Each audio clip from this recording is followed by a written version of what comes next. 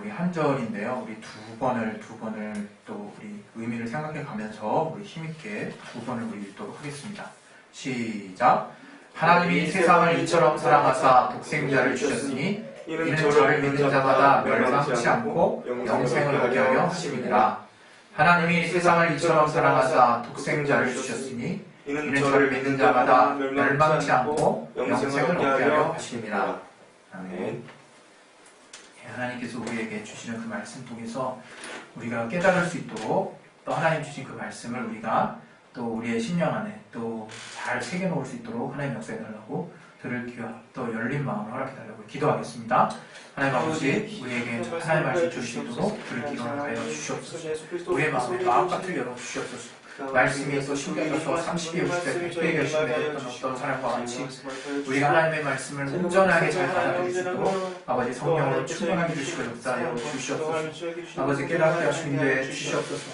아버지 기도하신 데 주시옵소서. 아버지 역사하신 데 주시옵소서. 예수 이름으로 기도했습니다. 아멘. 예, 우리 하나님은 사랑이십니다. 성경에 사랑에 대한 이야기가 아마 가장 많이 나와 있지 않나 싶어요. 그래서 이 성경에 우리가 사랑을 이야기하지 않고는 하나님을 우리가 이해할 수도 없고 설명할 수도 없다라고 생각합니다. 그런데 우리가 이 땅을 살면서도 다양한 종류의 우리는 사랑을 압니다. 그것은 관계 가운데 이루어지는 사랑이고 또 우리가 어떤 마음으로 사랑하는 사랑이냐 하는 것에 따라서 다르게 또 부르기도 합니다.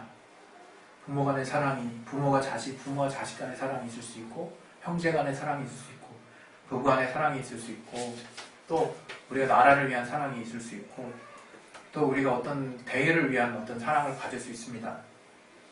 또 주님께서 요한복음에 말씀하신 것처럼 친구를 위한 사랑을 또 우리가 말할 수 있을 것 같아요. 이처럼 이 사랑은 우리 안에 되게 가깝게 다가와 있어요. 우리의 삶 가운데 익숙하게 녹아들어 있지만 우리가 이 사랑을 너무 특별한 용도를 위해서만 쓰지 않나 하는 생각을 해봅니다. 그것은 바로 우리 가족 간의 사랑이랄까, 또 우리 또 부부 간의 사랑이랄까, 또는 또 부모와 자식 간의 사랑이랄까 하는 어떤 특별한 어떤 범주 안에서 우리는 사랑을 생각하고 그것에 더 가치를 두기 쉽습니다. 실제 우리가 사는 환경 가운데서도 가장 의미 있고 가치 있는 사랑에 우리는 더 의미를 둘 수 있다고 생각해요. 그런 사랑에 부모의 사랑이 있을 수 있고 또 부부 간의 사랑이 있을 수 있고 형제 간의 사랑, 친구의 사랑이 있을 수 있지만 여기서 분명한 것은 과연 그럼 하나님이 우리에게 보여주신 사랑이 무엇인가, 하나님이 우리에게 알게 하신 사랑이 무엇인가를 우리가 생각해 볼 필요가 있다고 생각합니다. 그것을 흔히 우리는 이렇게 표현해요. 아가페적인 사랑이다. 분명히 성경에도 주님이 우리를 사랑하신 사랑을 아가파오라고 헬라어로 조건 없는 무조건적인 그런 사랑으로 표현했고, 그 아가파오를 가장 우리가 유사하게 볼 수 있는 이 세상의 비유 가운데는 이 부모의 자식을 향한 사랑을 비유하기도 합니다. 왜냐하면 그것이 무조건적인 사랑이기 때문에. 그런데 어떤 면에서 보면 분명히 성경에도 비유를 통해서 하나님이 우리를 아버지라 말씀하셨고 우리를 자녀라고 얘기하셨어요. 그래서 자녀가 아버지에게 갖는 사랑, 또 아버지가 자녀에게 또 줄 수 있는 사랑이 그 어떤 사랑보다 최고의 사랑인 것을 바로 어떤 이 세상의 부모와 자녀의 관계를 통해서도 알게 하셨지만 하나님이 우리의 아버지가 되심을 통해서도 알게 하셨어요. 그런데 그러면 과연 그 사랑의 색깔은 무엇인가 우리가 좀 생각을 좀 더 해봤으면 하는 거예요. 그 사랑이 아버지의 사랑, 부모님의 사랑과 비유되는 것이 가장 구체적이지 뭘 더 있겠냐 이게 생각할 수 있겠는데, 저는 그런 사랑이 있지만 이 세상에 또 우리가 안타깝지만 너무나 다양한 부모님이 계세요. 너무나 다양한 부모님이 계시고 부모님이 하나같이 자식을 사랑한다 하지만 또 그렇지 않은 경우도 있고, 또 부모님이 어떻게 나를 사랑하는지 일평생을 오해 가운데 지내왔던 자녀와 부모의 관계도 있습니다. 정말 그러한 어떤 여러 가지 관계 가운데 우리는 하나님을 투영해 볼 수밖에 없게 되고, 자연스럽게 우리에게 육신의 부모의 관계를 하나님 아버지와 우리의 관계로 이렇게 여겨버리기도 합니다. 그래서 언제부턴가 우리와 하나님 사이에서는 좁혀지지 않는 간극이 생기는 사람도 있을 수 있어요. 그것은 우리가 성령으로 체험한다고 해서, 우리가 구체적으로 하나님을 체험하고 알아간다고 해서 마치 우리가 한번 겪게 된 상처가 쉽게 아물지 않는 것처럼 하나님과의 관계 또한 참 쉽게 아물기가 쉽지가 않은 것 같습니다. 그래서 우리가 이 하나님을 우리의 아버지라고 본다고 해서 그냥 무턱대고 아 우리의 아버지구나 이렇게 그냥 쉽게 이해해버릴 그런 또 내용도 아닌 거라는 생각이 듭니다. 그래서 저는 오늘 그럼 이러한 하나님의 사랑을 우리가 어떻게 표현하는 것이 가장 객관적일까? 가장 합당할까? 이런 생각을 이제 하게 된 겁니다. 그랬을 때 요한복음 3장이 생각이 났어요. 사실 요한복음 3장은 우리가 한때 좀 무시했던 말씀이기도 합니다. 너무 잘 아는 말씀이라고 생각했는지 아니면 우리가 이 말씀을 뛰어넘는 또 뭔가가 있다라고 착각을 했든지 그것이 어떤 생각으로 우리를 좌지우지했는지 모르겠지만 우리가 이 말씀이 너무 익숙한 말씀이고 이건 세상 사람들도 너무나 많이 아는 말씀이에요. 하나님이 세상을 이처럼 사랑하사. 아이들의 또 찬양 속에서도 있죠. 그리고 이런 어떤 그 시국, 이런 어떤 하나님의 말씀이 우리에게 별로 이렇게 숙고하게 되지 않는, 그냥 넘어가 버리게 되는 이런 어떤 문장이 되지 않았나 하는 아쉬움이 있어요. 그러나 오늘 저와 여러분이 정말 이 말씀을 한번 곱씹어 봤으면 좋겠어요. 단락 이 한 구절이거든요. 근데 이 한 구절에는 엄청난 하나님의 진리가 담겨 있어요. 하나님이 어떻게 우리를 사랑하셨는지의 구체적인 답이 바로 이 구절 안에 담겨 있다는 생각을 저는 합니다. 물론 모든 하나님이 성령으로 우리에게 주신 말씀이 귀하지만 저는 오늘 저와 여러분이 이 말씀에 집중해 보기를 원해요. 하나님이 세상을 이처럼 사랑하사. 바로 이게 바로 하나님의 사랑의 시작입니다. 하나님이 세상을 어떻게 사랑하셨느냐? 세상을 사랑하셨다는 세상을. 근데 이처럼 사랑하셨다는 거죠.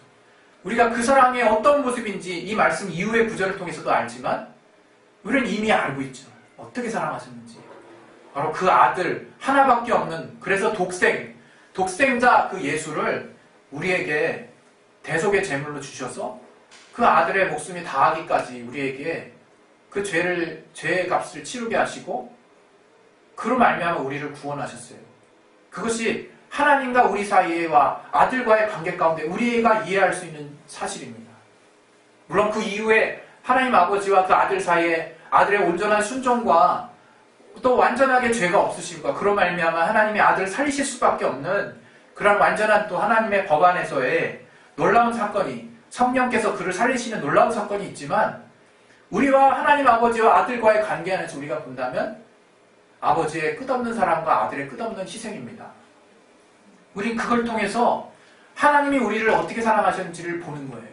그 아들의 죽음을 통해서 그 아들이 부활하신 것은 우리에게 소망이 되고 영원한 나라의 소망이 되고 우리가 정말 부활할 꿈을 갖게 하지만 그러한 하나님의 분명하신 약속이지만 그 아들의 대속하시고 우리를 향해서 죽으신 그 죽음은 하나님이 우리를 어떻게 사랑하셨는가를 구체적으로 알게 하는 진리가 되는 것입니다.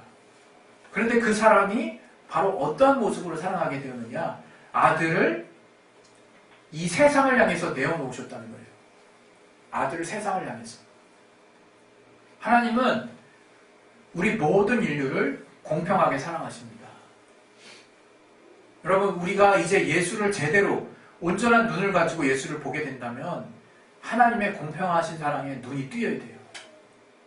하나님이 우리를 누구나 차별 없이 공평하게 대우하신다는 것에 내가 그 어떤 말씀보다도 내 안에 뜨거운 마음이 일어나야 될 줄로 믿습니다. 그것은 바로 무엇을 말하냐면 차별이 없는 사랑을 말하는 거예요. 여러분, 우리는 세상을 살면서 우리 안에 많은 바운더리 안에서 살게 됩니다.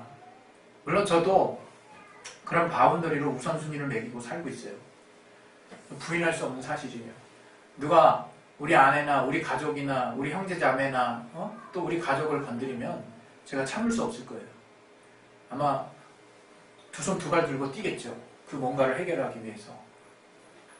그것은 무슨 이름으로 정의되냐면 사랑이라는 이름으로 정의됩니다.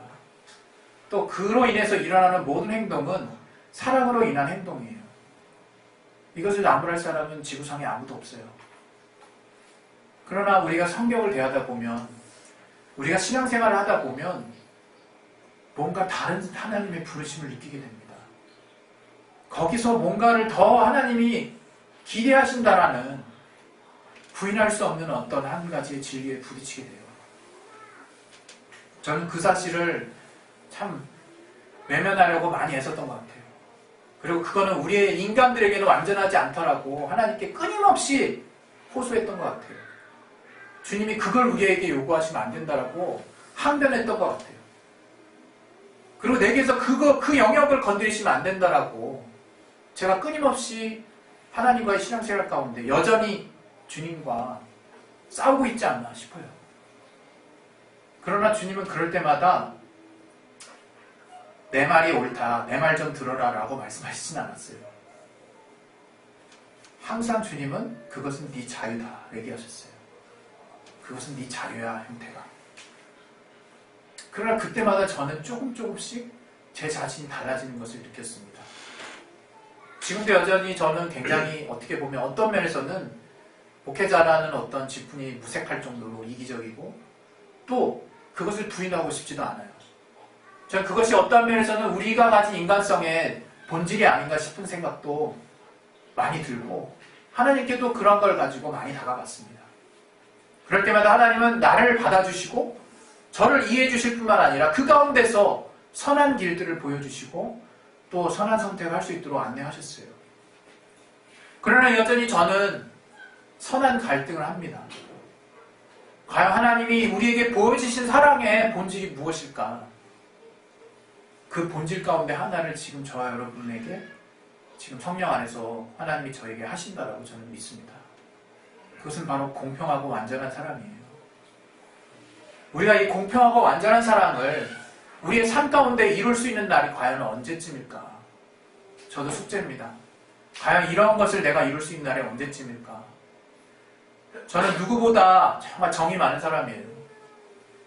누구보다, 그래서 한때는 이것이 남자답지 못한 이유인지는 도무지 지금 이해가 안 가지만 남자답지 못하다라고 이렇게 여겨진 적도 꽤 있어요. 제 인생에서. 어떤 이들로부터. 그러나 이제 그런 것 때문에 고민하진 않지만 여전히 저는 그런 내 안의 감성의 외침, 내 마음의 외침에 갈등하고 있는 건 사실이에요. 그것이 지금의 현실을 뒤엎으라는 하나님의 강렬한 사인은 아닙니다. 다 무시하고 이제 새롭게 나아가자라는 그런 사인도 아니에요.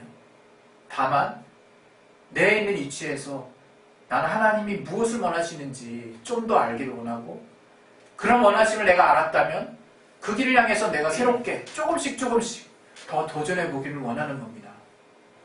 그게 바로 공평한 사랑이에요. 여러분, 제가 이렇게 동물의 왕국 굉장히 좋아한다고 그랬죠. 동물의 왕국을 보면 새끼들을 키우는 이제 새들을 볼 수 있어요. 근데 비슷해, 양상이. 한 8마리를 낳아요. 아니면 뭐 7, 8마리 낳을 수도 있고 2마리 낳을 수도 있고 3마리 낳을 수도 있겠죠.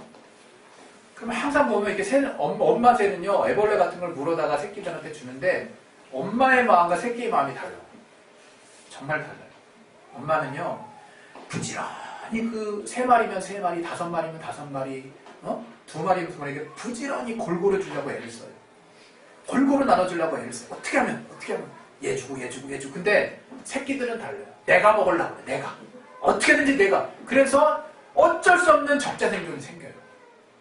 아마 우리 지금 여기 교회에 있는 우리 분들 중에서도 구피 전문가가 있으신데 그 중에서도 열성인자가 있고 우성인자가 있어. 안타깝게 잘 받아먹는 애는 계속 잘 받아먹어. 활동력도 좋아서 점점 더 잘 받아먹어. 근데 그런 활력 있는 놈들 그늘에 끼어있는 어떤 애는 힘이 없어지죠. 감사하게도 그분은 그런 것에 대한 공평성을 회복하기 위해서 분가를 자꾸 해주는 걸로 알고 있어요. 너무 행복한 일이죠. 그런데 우리들에게 어찌하면 하나님이 우린 먹이사슬, 지난번에도 말씀한 적자생존, 당연한 자연의 섭리, 우린 그렇게 지금 너무 당연하게 받아들이고 있는 게 그게 더 우스울 수도 있어요. 하나님 보실 때. 하나님 보실 때 분명 말씀드렸죠. 먹는 식물이 이 땅의 푸른 풀들을 모든 생물들에게 주었다니까요. 하늘에 나는 자, 하늘에 나는 것들, 땅을 그냥 뛰어다니는 것들, 기는 것들, 모든 존재들에게 푸른 풀을 먹는 식물로 줬다 그랬어요. 공평하게, 싸울 필요 없이. 그리고 하나님이 우리에게도 그런 공평한 사랑을, 이 땅에 없는 사랑을 아들 예수를 통해서 보여주신 거예요. 더 이상 싸울 필요 없고, 더 이상 내가 더 아끼는 것을 위해서 투쟁할 필요 없고, 내가 더 사랑하는 뭔가를 위해서 내가 헌신할 필요 없는, 이제 내가 주님 안에 들어가 있으면, 정말 그 주님의 사랑이 나를 지배하고 있으면 그로부터 나오는 그것을 하나님이 보기를 원하는 것이 아닐까, 저는 고민을 해봐요. 옛날에 우리가 알고 있는 그 믿음의 선배님들이 뭐 이런 사형수의 아들을 양자로 입양하신 분도 있고, 또 아브라함이 자기 자식 이삭을 제물로 바치려고 한 적도 있고, 또 모세가 자기 백성들을 위해서 자기를 생명책에서 지워버려달라고 기도하는 것도 우리는 기억하고, 많은 믿음의 선지자들이 자기가 벌거벗음을 당하고 자기 아내가 남들에게 팔려나가고, 그리고 벌거벗은 채로 하나님의 말씀을 선포해야 하고, 이스라엘의 그 패망을 너무나 흐느끼면서 계속적으로 정말 눈물 가운데로 선포하며 다니지만, 저들은 아무런, 저가 왜 저러는지 미쳤는지 모르는 그런 상황을 그냥 자기 한 몸으로 받아들이고, 스데반이 돌마다 죽는 가장 마지막 순간에 저들의 죄를 저들에게 돌리지 마옵소서 하는 기도를 합니다. 우리 그걸 보고, 와, 이거는 이거는 뭐 그겁니까? 건드릴 수 없는 영역입니까? 바울이 얼마나 많은 고난을 당했는지 우리는 그걸 보고 혀를 내두릅니다. 정말 이성적으로. 우리 이성은 혀를 내둘러요. 이게 신앙이라면 끔찍하죠. 아, 지금의 시대에 내가 예수를 믿는 게 너무 감사하고, 지금이 은혜의 시대구나. 할렐루야. 누구나 이성이 있다면 그냥 그렇게 편하게 마음 먹을 수 있을 것 같아요. 그게 뭐 잘못도 아니고. 그런데 우리가 바라보는 성경, 우리가 또 나누고 있는, 또 우리가 알고 있는 성경에 많은 믿음의 선진들, 많은 믿음을 가지고 있는 사람들이 감당할 수 없는 일들을 감당했어요. 우리는 그것을 어떻게 이해를 해야 할까? 물론 저들이 하나님의 감당할 수 없는 사랑을 받았어요. 근데 저는 그것을 오늘 어떻게 말씀드리고 싶냐면, 이들이 더 이상 자기들의 받은 사랑을 빼앗길 수 없는, 빼앗길 두려움을 느낄 필요가 없는 공평한 사랑을 받았구나. 정말 완전한 사랑을 저가 받았구나. 저는 그것을 보고 있는 것입니다. 저는 지금 이 시대에 가장 현실적이지 않은 직업이 목사가 아닌가 싶어요. 뜬금없는 구름 잡는 얘기만 하는 것 같거든요. 그건 저 스스로에게도 물어봐요. 어떨 때. 내가 설교를 하고 나서 그 직후에 드러나는 생각이 뭔지 아십니까? 정말 죄송스럽지만 내가 지금 무슨 말을 한 건가, 그런 생각 들 때 진짜 많았어요. 너무나 내가 지금 하고 있는 현실의 삶과 괴리되어 있는 경우가 많거든요. 그러나 곧 있으면 하나님이 알게 해주셔서 또 감사해요. 그게 하나님이 우리에게 어쩌면 우리 이 땅에 없다라고 하는 하늘나라의 생명책, 하늘나라의 시민권이 있다라고 하는 우리 그리스도인들이 살고자 하는, 살기를 원하는 하나님의 부르심이 아닌가? 내가 그 부르심에 잠깐 동안 함께 했던 것이 아니고, 함께 했고, 또 우리 또 교회가, 우리 교회에 속한 우리 또 우리 하나의 몸이 그 부르심의 말씀을 또 들은 거 아닌가? 그것은 참 감사한 일이다.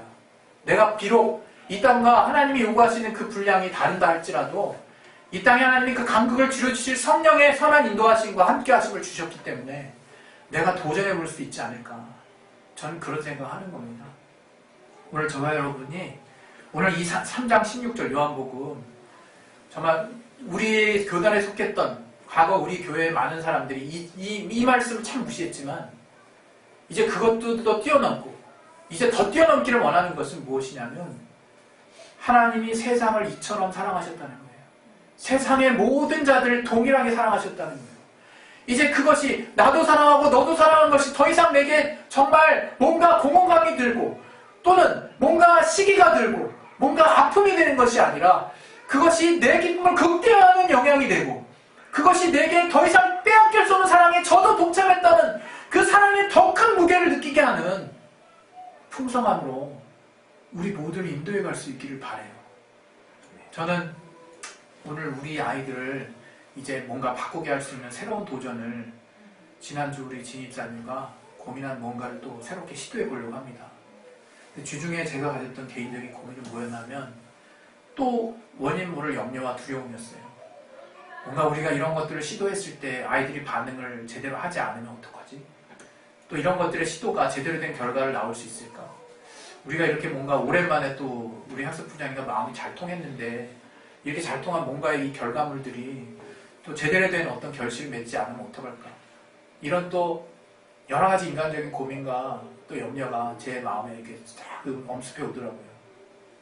그랬을 때 하나님이 딱 한마디로 정리를 해주셨어요.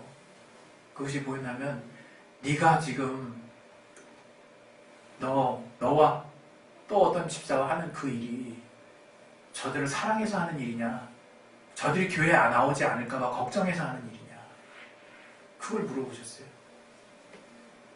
근데 저는 잠시 망설였어요. 내가 이들이 안 나오면 안 되니까 내가 하는 건가? 잠깐 망설여지더라고요. 헷갈리더라고 살짝. 왜냐면 표면적으로 그런 생각도 있었으니까. 근데 감사했던 건요, 내 마음의 중심, 내 저 중심에 가장 깊은 곳에 하나님 앞에 자신있게 말씀드릴 수 있었던 것은 무엇이냐? 하나님, 나 이들의 영혼을 사랑합니다. 이들의 영혼을 절대 포기할 수 없습니다 하는 마음이 고백이 나오더라고요. 우리가 원한 게 그거죠. 우리가 만약 그런 마음의 동기를 가지고 그 어떤 일을 우리가 시도해본다 할지라도 그것 자체로 너무나 큰 의미가 있을 거라고 저는 확신합니다. 어떤 시도를 하든 상관없다고 생각이 들었어요. 우리가 저들을 사랑하는 그런 분명한 목적을 가지고 그것이 하나님이 우리에게 주신 이 세상에 없는 누구에게나 하나님이 주신 그 사랑을 공평하게 내가 베풀고자 하는, 저들도 내가 알고 있는 사랑을 알게 하고자 하는 그런 어떤 마음의 발로, 그런 심령의 발로로 우리가 시도하는 그 어떤 주님 안에서의 시도는 그 자체로 가장 큰 의미가 있는 것이라는 것을 알게 됐어요. 여러분, 우리는 늘 부족하고 한계에 부딪힙니다. 그러나 중요한 거 한 가지를 우리 놓치지 말았으면 좋겠어요. 하나님이 늘 내가 어떤 상황 가운데 있어도 공평하게 사랑하신다는 거. 저도 사랑하고 너도 사랑하고 얘도 사랑하고 또 내가 아무리 허물이 많을지라도 단점이 많을지라도 오늘 내가 특별히 어떤 어려운 가운데 있을지라도 하나님을 멀리하고 하나님이 싫어하시는 어떤 일 가운데 거해 있을지라도 공평하게 사랑하십니다. 변함없이 그 아들을 내어놓으실 분량만큼, 자기 목숨을 다 내어놓으신 분량만큼 그렇게 우리를 완전하게 사랑하십니다. 여러분, 그 사랑 안에 먼저 나 자신을 대입하시고 또 내 주변을 대입하셔서 그 사랑은 절대 누군가에 의해서 나눠지거나 축소되거나 빼앗기거나 강탈당하지 않습니다. 그 사랑 안에 거할 수 있는 저와 여러분이 되길 바랍니다. 그 사랑, 그 온전한 사랑이 저와 여러분을 이제 더 이상 주님이 기뻐하지 않는 어떤 원인들을 가지고 고민하지 않게 하시고, 이제 주님이 기대하시고 공생의 삶 가운데서 또 보여주셨고 또 이제 성령으로 우리에게 안내하시고 또 보여주시기 원하는 그런 온전하고 공평한 사랑 가운데 인도해 가시리라 믿습니다. 할렐루야. 우리 시간에 기도하겠습니다. 기도하실 때 정말 하나님의 사랑이 얼마나 정말 놀라운 것인지를 아는 것은 정말 뭔가 특별한 걸 구해서가 아니라고 저는 이제 생각합니다. 우리의 평범한 일상 가운데 과연 내가 정말 차별이 없는 사랑을 할 수 있는가 하는 그것이 바로 하나님이 우리에게 요구하시는 사랑이자 우리 그리스도인이 갖고 있는 궁극적인 능력이 아닌가, 저는 그런 생각이 들었습니다. 우리 시간에 우리 기도합시다. 기도하실 때 정말 우리가 나 자신을 보더라도 주변을 보더라도 늘 부족한 생각이 뿐인 경우가 많은데 하나님은 그런 우리를 보지 않으시고 늘 우리가 하나님 안에서 얼마나 잘할 수 있을까를 보시는 그 기대감, 하나님 우리를 향하신 늘 소망을 우리도 가질 수 있다면 우리는 결코 실망하지 않을 것입니다. 하나님 우리를 사랑하심으로 늘 언제나 품으시려고 하는 그 정말 부모의 마음과 같다면 우리만 하나님의 사랑을 독차지하려는 마음도 별로 안 들 것 같아요. 왜? 이미 주셨기 때문에. 그 사랑은 누군가가 뺏을 수 없기 때문에. 우리 시간 기도하실 때 정말 하나님이 이미 주시고 공평하게 주시고 또 그 사랑을 나누기만 하면 점점 더 극대화되는 그 신기한 하나님의 그 사랑을, 그 완전한 하나님의 사랑을 우리가 더 체험할 수 있도록 하나님의 성령으로 체험할 수 있게 도와달라고 우리 시간에 예수의 한번 하시고 기도하겠습니다. 예수! 하나님 아버지, 하나님 우리에게 알게 하신 사랑은 이 땅의 부모의 사랑으로 또 비견될 수 있고 그 어떤